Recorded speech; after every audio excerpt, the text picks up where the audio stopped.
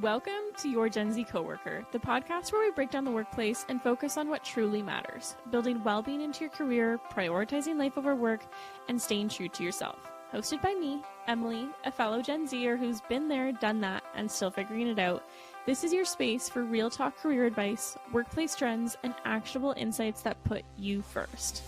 From ditching outdated office norms to embracing the freedom to thrive authentically, I am here to guide and inspire you. So grab your coffee or snack of choice, hit subscribe, and navigate this work-life thing with me on Your Gen Z Coworker. Welcome everyone to another episode of Your Gen Z Coworker podcast. I am your host, Emily. We are back here in the beautiful Blackmore studio, the perfect space for any event. I am here with my lookalike. Twin sister. Just kidding. We're 2 years apart. Don't get it mixed up. And I'm so excited to have her on the podcast today because we are talking about my book. You guys, it's happening. It's happening. It's literally happening. It's literally happening. How are you feeling? Nervous, but also like really excited. Yes. Like I'm really excited for people to just like have this in their hands and use it as a tool. 100% to go forward. And you guys are not ready for this book, honestly. We're not ready. I'm not ready. You're ready. We're ready. We're ready. We're ready. Yeah. Fine.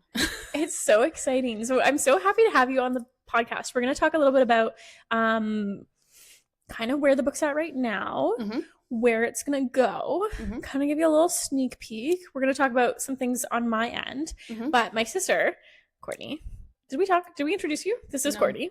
I'm just the sister that don't have a name.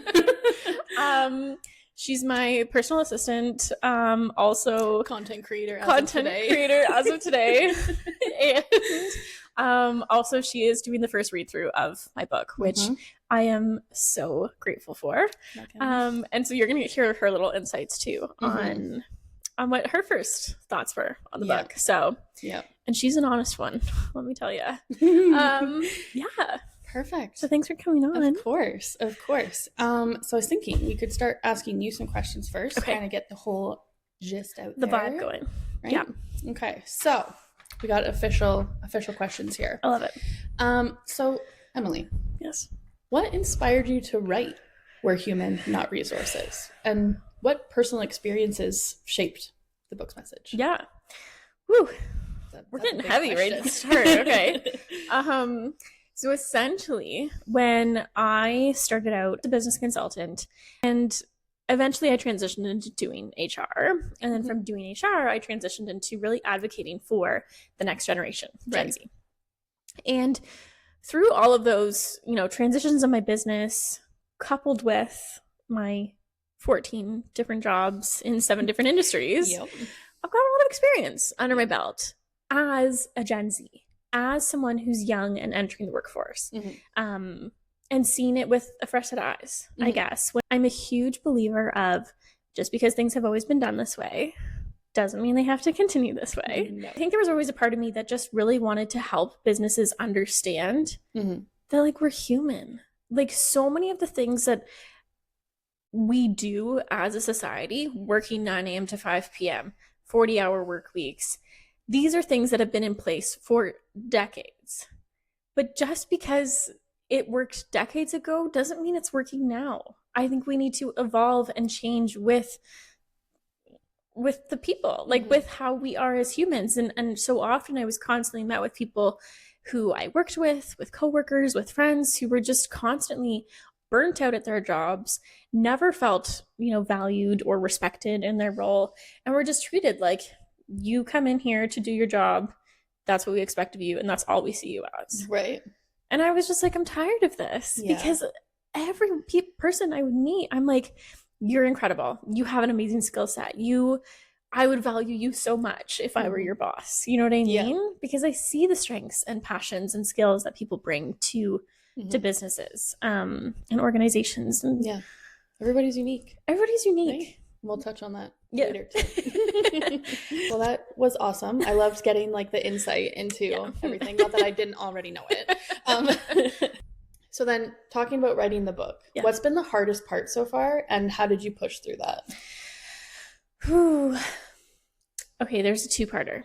Okay, first part that I was met with when I started writing was I was met with the same mindset from people who also told me, why did you start a business at the age of 24? Why are you writing a book? Yeah. You're so young. Don't people write books when they're older and retired and, you know, further along in their career? And I was like, some do, and some don't. Yep.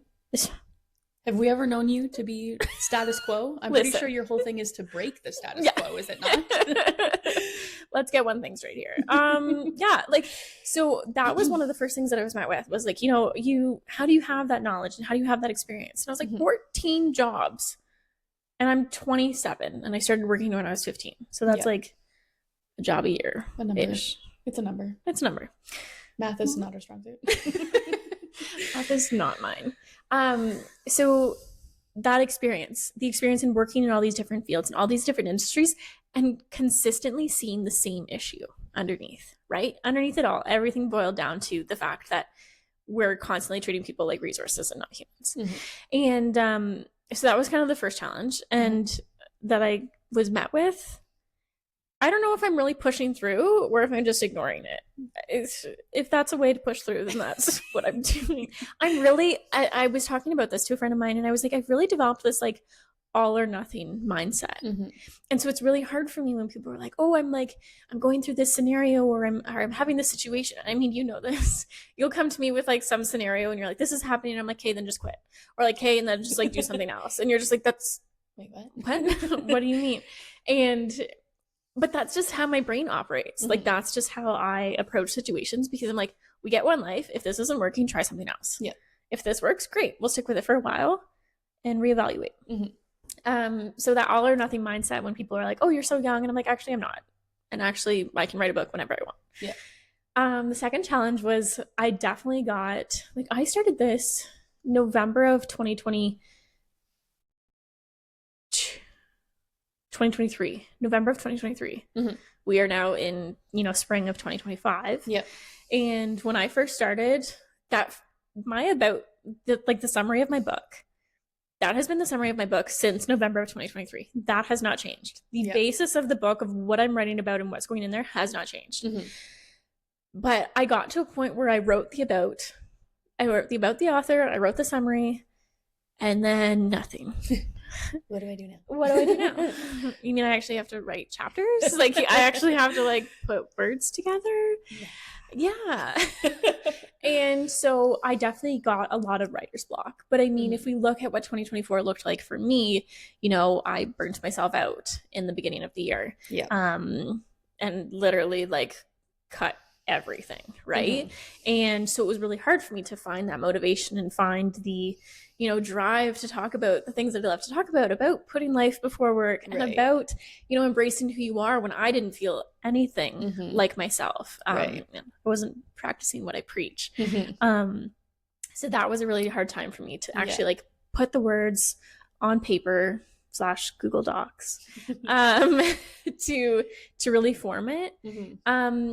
And I think the biggest thing was I gave myself grace. I gave myself time. If I want to write a book, I want to make sure that I'm doing a really good job with it. And the only way I can do a really good job is if I take care of myself first. A good way to put it, you let yourself be human. Yeah. You let yourself be human before you wrote your book. Tying it all together. I'm going to go cry in a corner now. Yeah, so those were kind of the biggest two challenges. Definitely fair. Definitely fair. So stepping away from the book a little bit, just to kind of, you know, get more into who you are as a person. How has your perspective on individuality shaped how you run Think HR and how you approach your clients? Okay, this is a fun one. So one of the conferences that I spoke at in 2024, I can't pinpoint which one, but one of the slides that I put up was one of my favorite ones, and I wish I could pull it up here right now, but I don't have my phone. But essentially what it said was just like big, bold letters, you know, in my font. Google is not going to solve your problems. I love Google.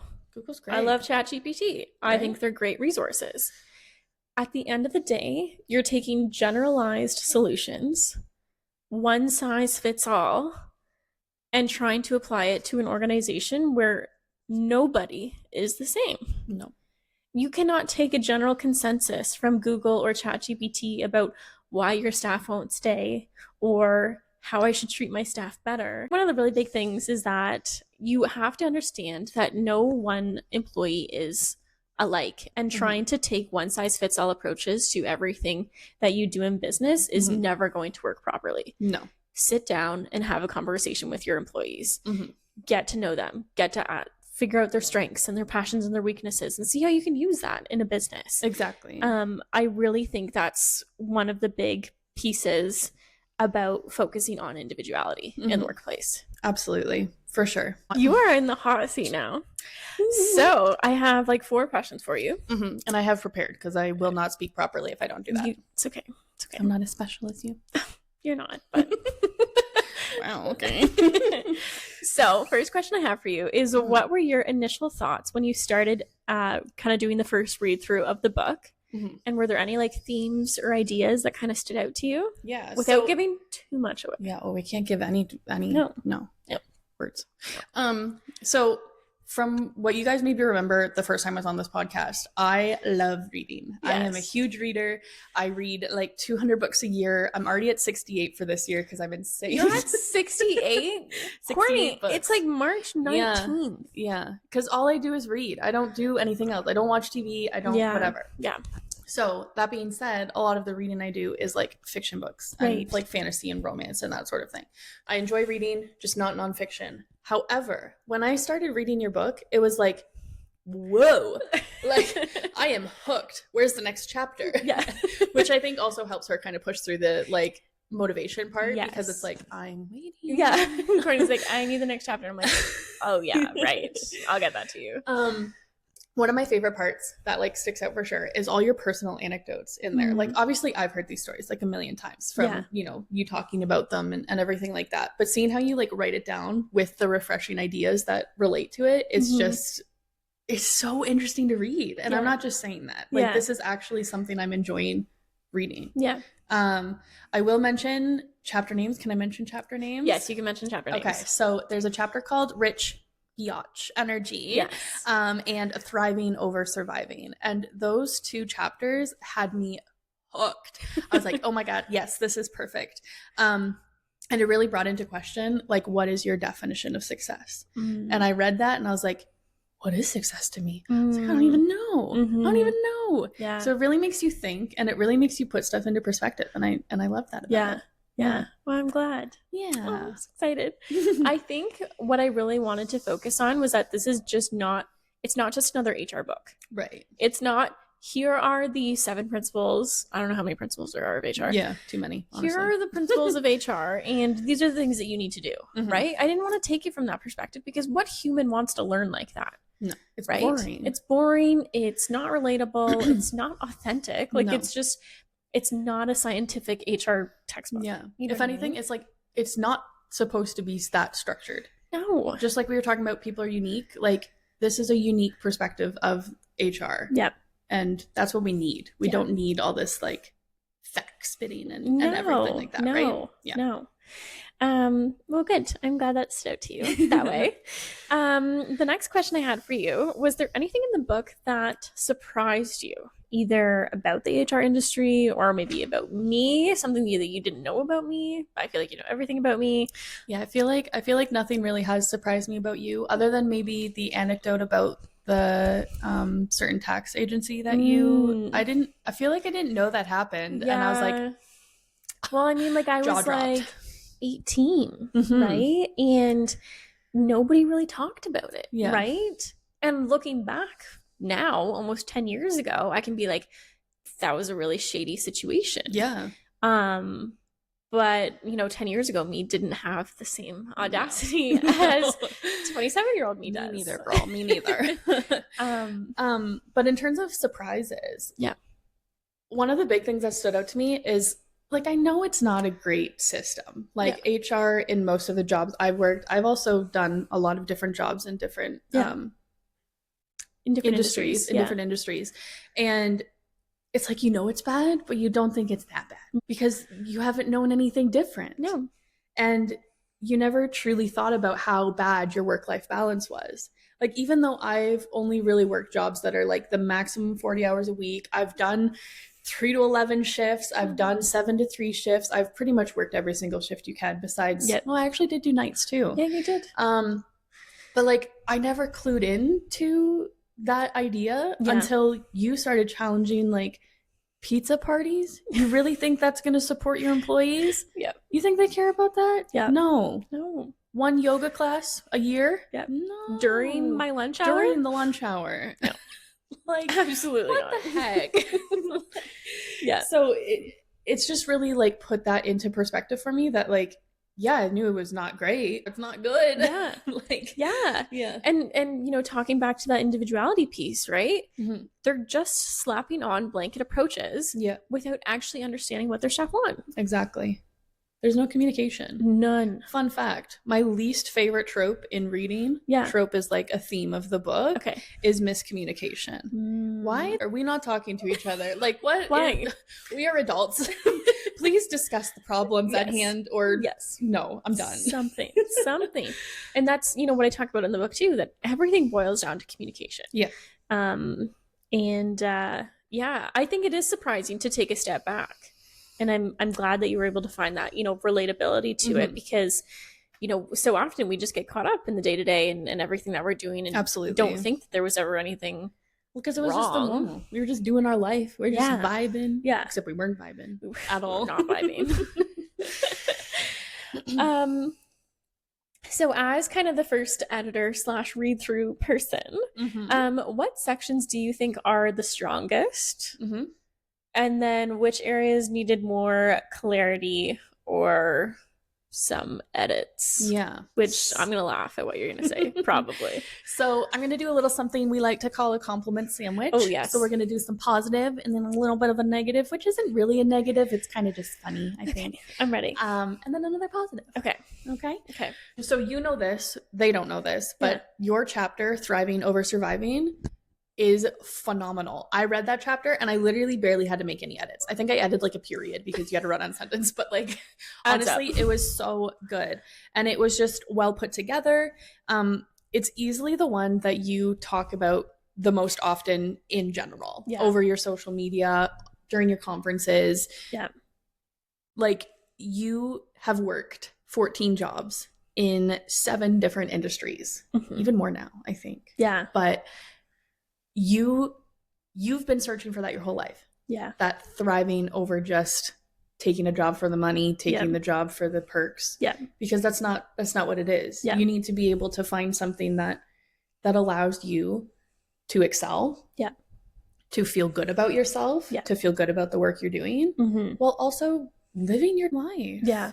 Yeah. And so that's the chapter that I was just like, ooh, but but I think it's really important, and I will make a note here to say too that, you know, if you have a job right now where it's like you're doing it to get by, that is totally okay. Oh, yeah. Totally okay. Especially with the market right now. Like, let's not even get into that. Whatever you need to do right now to make sure that you're good right now, do it. Yeah. But then don't ever forget that you're not stuck where you are. Yep. And that there are so many other options out there for you to keep working towards. Absolutely. Yeah. Absolutely. That was my side note. Perfect. So my side note on your fun little quirky writing. Okay, so my compliment sandwich. Emily really, really loves brackets. Okay, listen. Like, there was one paragraph where there was like 5 bracket ideas and only 4 sentences. Okay, that's a little embarrassing. But here's the thing. When I'm writing, and when you're writing from a personal perspective, I will take the constructive criticism first. Thank you. In the compliment sandwich, I'm expecting another compliment after this. There is another compliment. But I think when I'm writing, I'll like, the way my brain works is like, I'll write a sentence and I'm like, ooh, afterthought. And so I always put it into a bracket. It doesn't necessarily belong in a bracket, but it's like, my sentence when I'm writing, I'm like, this is what I'm speaking, and then the bracket is what I'm thinking. Yeah. But yeah, 4, 5 in the 4 sentence. Yeah. Yeah, it's a little rough. Yeah. So just so that people know, there's this magical thing called a semicolon, which kind of would work in the place of brackets because it's a separate idea, but it still compares with the sentence. Okay. And this is why you're editing my book. Yeah. Don't get me wrong, the brackets definitely do work though in certain spots, but there is a point of excess for sure. Now to finish out the compliment sandwich. Okay. You are solid at getting your point across. There is no fluffy writing. There is no trying to fill in a word count, like when you were in grade 12 and had to write that massive essay and you're just blah, blah, blah, blah. Here's random words that don't make any sense. Yeah. No. You're not just throwing facts either. Like you're making it personable, you're getting to the point, and you're making it sound good. And that's without editing. That's like just how your brain works and how you write it down. And it just is, it's great. I love it. Thank you. I think that my first HR contract was I was at a senior center, and essentially my job, varied a lot, but I was working as an HR consultant, and the staff meetings were every Wednesday or something, and they were like 2 to 3 hours long because they were filled with fluff. Oh my gosh. And so I met with the director, and I was like, cut the fluff. Yeah. And I literally said that. And I was like 22 going in there being like, cut the fluff. You know how much time you're wasting by putting all this fluff in there, by having inside conversations, by wasting your staff's time because you're just fluffing everything up. It's one of those, like, it could have definitely just been an email. It could have been an email. And a 5-minute meeting. Yeah. And so that's kind of the approach. Like, ever since I kind of had that first HR contract, that's the approach that I just kept taking with me. I'm like, we are putting fluff in everything, in policy handbooks. Like, I read policy handbooks from like 40 years ago with like the thous and the therefores and the whatever. And I'm like, nobody knows how to make sense of this. Yeah. Yes, you need to have policies. Yes, they need to make sense, but like make them make sense. So I think that's kind of the approach that I take when writing. Is I'm like, I don't want fluff in there. No, I want the good stuff. I want what people are actually coming to read the book for. What they actually care about. Yeah. What they want to hear. Yeah. Yeah. I'm here for it. Last question I have for you. Kind of a two-parter. Oh. What do you think readers will gain from this book? And what messages do you hope stick with them after they finish reading? I think those two are kind of intertwined. Yeah. Like, because you want them to gain the message that you're trying to put across, I think. Yeah.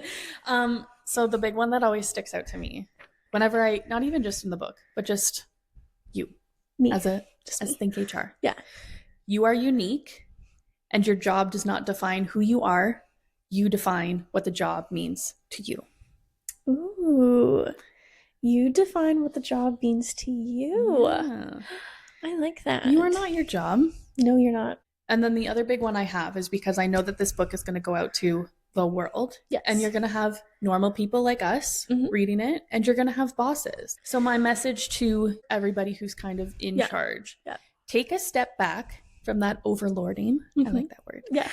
And work with your employees. That means communicating. That means talking to your employees and figuring out what makes them tick. Yeah. They're not all the same. Yep. It's not some one size fits all process like we've talked about before. Work with them. Yep. And then to you, workers, employees, that's me, that's you. Yeah. Take a step forward and follow up with that communication. Really, the big takeaway that this book has reminded me is communicate. Yeah. Communicate with your employees, communicate with your boss. If you don't like something, speak up. I'm really glad that those messages kind of came across, and I like the way that you articulated them, because when I'm writing this book, and I talk about it in the book, because I when writing the book, it's not like a preachy or like it's just me talking, right? Essentially, it is. You can literally just picture Emily on her social media, and that's the book. And when I'm writing, I always felt, it was so hard for me to always have two audiences. And it's something that I do through social media too. Like, I always found it was hard to create content for both employers and employees until I just took that out of the equation. Yeah. I just said, someone needs to hear this. Yeah. And then I was like, oh, someone needs to hear this. Right. And if you think about it this way, those employers were employees at one point. I can guarantee they relate to it a lot more than you think they do. Yeah. So, hard-hitting question for you here. Yeah. Emily. Where do you see this book taking your HR career? Ooh. Or where do you want it to take you? I want it to take me worldwide. Ooh. I know. I dig it. That kind of came out of nowhere. Writing this book, you know, when I was constantly being met with those people who are like, why are you doing this right now? Like, why don't you wait until later? And I'm like, no, this is my starting point. This is point A. I'm 4 years into business. This is the step that's going to take me even further. I'd really like to teach at places too. You know, colleges, universities, anything like that, just to get the word out. I think a good idea too, and I think we've talked about this, is getting to even just the high school range. Like getting in there before people start shoving the university and college down your throat. Yeah, like getting in before all that stuff happens, because like, where would we be if we hadn't been told that was what we had to do? Right? I think I could have been a good carpenter. I think you could have been. I think I could still do it if I wanted to. You could still do it. Carpenter? Courtney's next. My next adventure. So that's a wrap. That is a wrap. Finally. You guys don't even know how hard this was to record. I don't know what it is with us today, but we were so full of giggles. It would not stop. You probably through this whole episode, our faces are going to go red and white and red and white because we kept having to stop, breathe, cry, wipe our eyes because we both cry when we laugh. Yeah. And how come we're doing this seriously now? I don't see this as a thing. I don't understand. I don't know. Our brains are backwards. Maybe it's when we're talking to each other that it makes us laugh. But then if we pretend there's an audience there, that's what it is. I can't look at her. We only can look at you. Yeah.